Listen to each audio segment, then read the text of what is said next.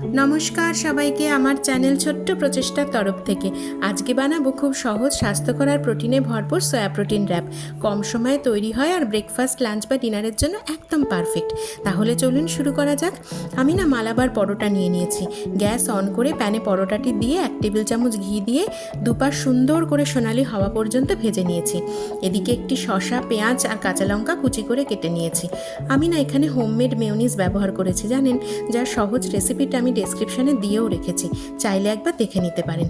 এরপর ভাজা পরোটার ওপর sweet and spicy tomato ketchup, homemade mayonnaise আর দিয়েছি আগে থেকে তৈরি করে রাখা সোয়া চাংসের রেসিপিটিও আপনারা ডেসক্রিপশানে পেয়ে যাবেন।